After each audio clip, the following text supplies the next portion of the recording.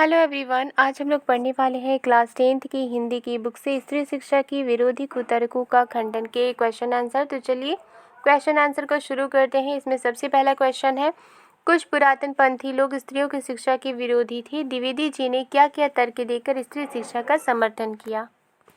पुरातन पंथी कहते हैं पुराने विचारों वालों को, रूढ़िवादियों को। ओके, तो इसका आंसर है कुछ पुरातन पंथी लोग, यानी कुछ पुराने विचारों वाले लोग स्त्रियों की शिक्षा के विरोधी थे। वो नहीं चाहते थे कि स्त्रियों को भी शिक्षा मिले। द्विवेदी जी ने अनेक तर्कों के द्वारा उनके विचारों का खंडन किया है। यानी कि द्विवेदी जी ने ये कहा है कि किन किन बातों को आधार मानते हुए ये कहा जा सकता है कि जो स्त्री है उसे शिक्षा प्राप्त करनी चाहिए। तो इसमें सबसे पहले उन्होंने तर्क दिया है, प्राचीन काल में भी स्त्रियां शिक्षा ग्रहण कर सकती थीं। यानी कि पुराने ज़माने में भी, प्राचीन काल में भी स्त्रियां शिक्षा ग्रहण कर सकती थीं, वो भी पढ़ाई करती थीं। सीता, शकुंतला, रुक्मिणी आदि महिलाएं इसका उदाहरण है। वेदों पुराणों में इसका प्रमाण भी मिलता है। उन्होंने पहला तर्क ये दिया। दूसरे तर्क में उन्होंने कहा, प्राचीन युग में अनेक पदों की रचना भी स्त्री ने की है। नेक्स्ट है, यदि गृह कला यानी घर की जो लड़ाइयाँ होती हैं स्त्रियों की शिक्षा का ही परिणाम है, तो मर्दों की शिक्षा पर भी प्रतिबंध लगाना चाहिए। यहाँ पर लेखक कहते हैं कि अगर घर में कोई भी लड़ाइयाँ होती हैं तो अगर उसमें स्त्रियों की शिक्षा का ही ये हाथ होता है तो मर्दों की भी शिक्षा पर प्रतिबंध लगाना चाहिए, उस पर भी रोक लगाई जानी चाहिए। क्योंकि जो घर में लड़ाइयाँ होती हैं वो मर्दों के वजह से भी होती हैं। आगे वो कहते हैं, क्योंकि चोरी, डकैती, रिश्वत लेना, हत्या जैसे दंडनीय अपराध भी मर्दों की शिक्षा का ही परिणाम है। नेक्स्ट है, जो लोग ये कहते हैं कि पुराने ज़माने में स्त्रियां नहीं पढ़ती थीं, वे या तो इतिहास से अनभिज्ञ हैं। यानी जो लोग ये कहते हैं कि पुराने ज़माने में लड़कियां नहीं पढ़ती थीं, वो इतिहास को नहीं जानते, वो इतिहास से परे हैं, वो इतिहास को उन्होंने नहीं पढ़ा है, या फिर समाज के लोगों को वो धोखा देते हैं। नेक्स्ट तर्क देते हुए वो कहते हैं, अगर ऐसा था भी कि पुराने ज़माने की स्त्रियों की शिक्षा पर रोक थी तो उस नियम को हमें तोड़ देना चाहिए, क्योंकि ये समाज की उन्नति में बाधक है। लेखक क्या कहते हैं कि अगर ऐसा था भी कि पुराने ज़माने में लड़कियों को शिक्षा प्राप्त करने में रोक थी, उन्हें शिक्षा ग्रहण करने से, उन्हें पढ़ाई लिखाई करने से रोका जाता था, अगर ऐसा नियम था तो ऐसे नियम को हमें तोड़ देना चाहिए, क्योंकि आज की जो समाज है ये उसके प्रोग्रेस में बाधक है, यानी रुकावट है। नेक्स्ट क्वेश्चन है, स्त्रियों को पढ़ाने से अनर्थ होते हैं। कुतर्कवादियों की इस दलील का खंडन द्विवेदी जी ने कैसे किया है, अपने शब्दों में लिखे। कुछ ऐसे लोग होते हैं जो ये कहते हैं कि अगर लड़कियों को पढ़ाया जाएगा तो इससे बुरा ही होता है। तो ऐसे लोगों को द्विवेदी जी ने क्या कहा है, उन्हें अपने शब्दों में लिखना है। इसका आंसर है, द्विवेदी जी ने कुतर्कवादियों की स्त्री शिक्षा विरोधी दलीलों का जोरदार खंडन किया है। अनर्थ स्त्रियों द्वारा होते हैं तो पुरुष भी इसमें पीछे नहीं है। लेखक क्या कहते हैं, अगर बुरा लड़कियों के पढ़ने से होता है तो पुरुष भी इसमें पीछे नहीं है, अतः पुरुषों के भी विद्यालय बंद कर दिए जाने चाहिए।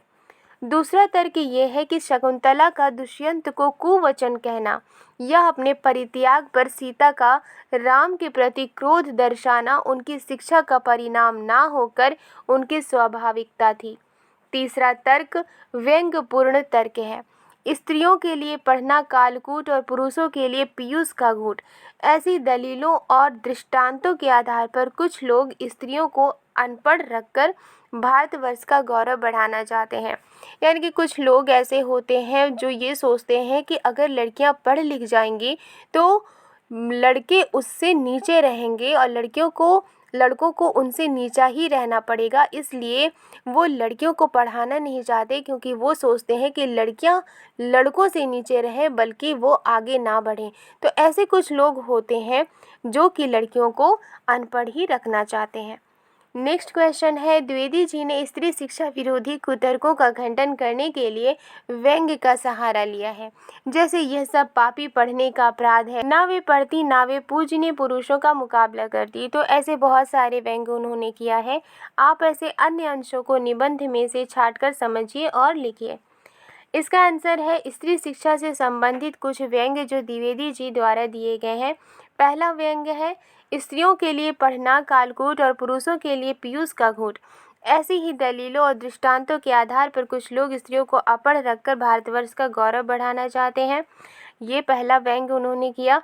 दूसरा व्यंग्य है, स्त्रियों का किया हुआ अनर्थ यदि पढ़ाने ही का परिणाम है तो पुरुषों का किया हुआ अनर्थ भी उनकी विद्या और शिक्षा का ही परिणाम समझना चाहिए।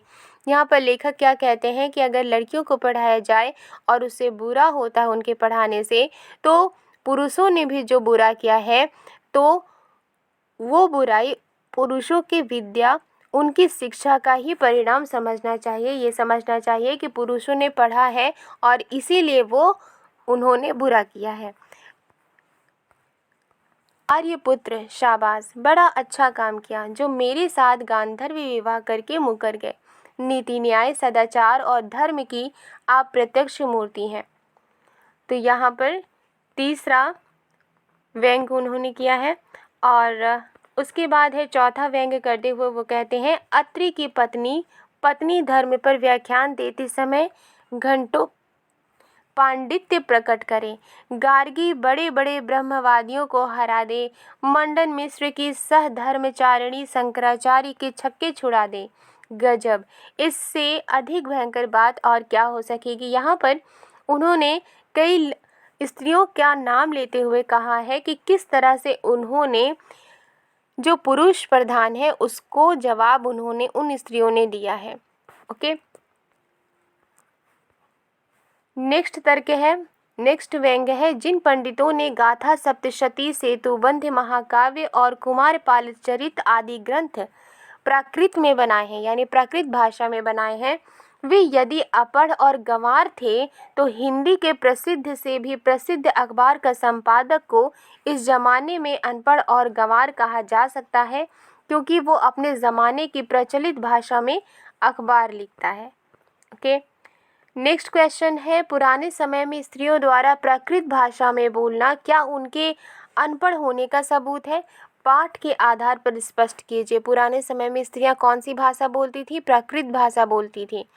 तो उनका प्राकृत भाषा बोलना अनपढ़ होने का सबूत है। पाठ के आधार पर स्पष्ट करना है, क्या उनका प्राकृत भाषा बोलना अनपढ़ का होने का सबूत है? तो इसका आंसर है, पुराने ज़माने की स्त्रियों द्वारा प्राकृत में बोलना उनके अनपढ़ होने का प्रमाण नहीं है, क्योंकि बोलचाल की भाषा प्राकृत ही थी।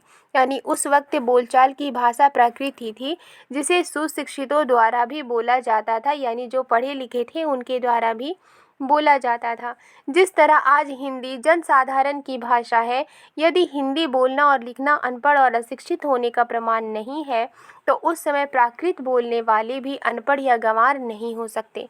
इसका एकमात्र कारण यही है कि प्राकृत उस समय की सर्वसाधारण की भाषा थी, यानी इस वक्त बहुत सारे लोग हिंदी भाषा बोलते हैं, तो उस समय भी प्राकृत भाषा बोली जाती थी। अतः उस समय की स्त्रियों का प्राकृत भाषा में बोलना उनके अनपढ़ होने का सबूत नहीं है।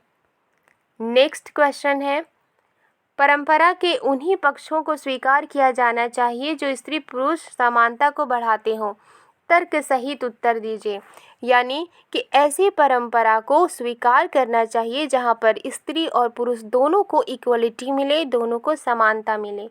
तो इसका आंसर है, परंपराएं मानव जीवन को सुंदर व सुखमय बनाने के लिए होती है। प्रकृति ने मानव को स्त्री और पुरुष दो वर्गों में विभाजित किया है। सृष्टि में दोनों की समान भागीदारी है। प्रकृति की ओर से कोई भेदभाव नहीं किया गया है। स्त्री हर क्षेत्र में पुरुषों की बराबरी कर रही है।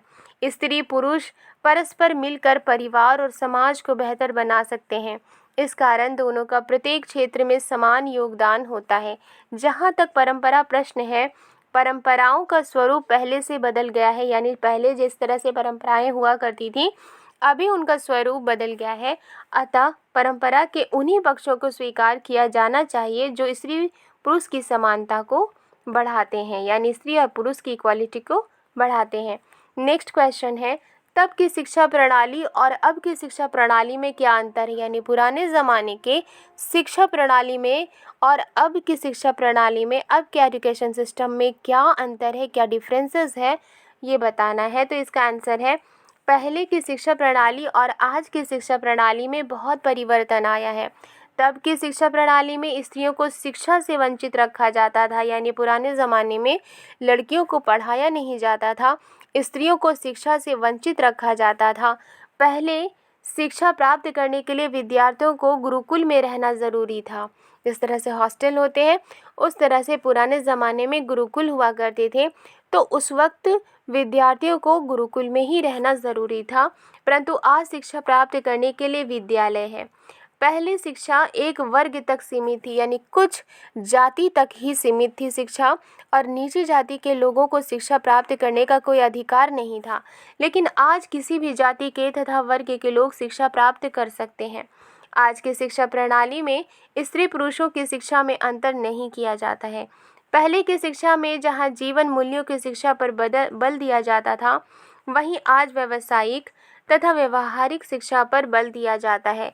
गुरु परंपरा भी लगभग समाप्त सी हो चली है।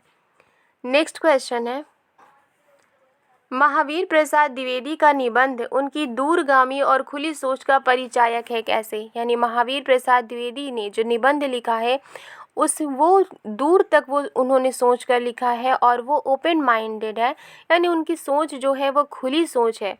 इसके वो परिचायक हैं कैसे, तो इसका आंसर है, द्विवेदी जी ने अपने निबंध स्त्री शिक्षा के विरोधी कुतर्कों का खंडन में स्त्रियों की शिक्षा के प्रति अपने विचार प्रकट किए हैं।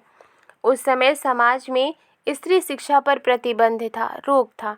इस निबंध में द्विवेदी जी ने स्त्रियों के भी पढ़ने लिखने का जोरदार समर्थन किया है। स्त्री शिक्षा के विरोधियों के सभी कुतर्कों का उन्होंने बहुत ही कड़े शब्दों में खंडन किया है। उन्होंने पुराने ज़माने में स्त्री शिक्षा पर प्रतिबंध होने की मिथ्या धारणा का सप्रमाण गलत सिद्ध किया है। यानी कि द्विवेदी जी ने अपने तर्कों के माध्यम से ये बताया है कि पुराने ज़माने में भी स्त्रियां शिक्षा प्राप्त करती थी।